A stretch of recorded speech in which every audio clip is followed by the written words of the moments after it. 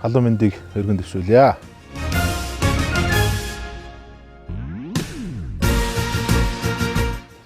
Би бас хувийнхаа зүгээс Цагдаа ерхий газраас гаргаж байгаа энэ аяныг бас хувийн зүгээс дэмжиж байгаагаа та бүхэндээ бас илэрхийлье.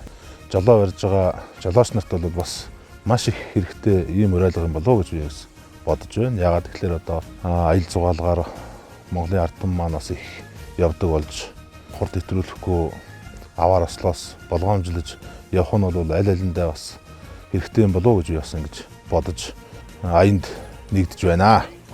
Нэг нэгэндээ соёлтой хандаж та бүхний ард олон амь насыг дааж яваа шүү гэдгийг бас та бүхэн маань бас жолооч нар маань бас дор бүрнээ анхаарж явах нь бас зөв юм болов уу гэж бодож байна. Тэгээ та бүхэндээ сайн сайхан бүхнийг хүсээрэй.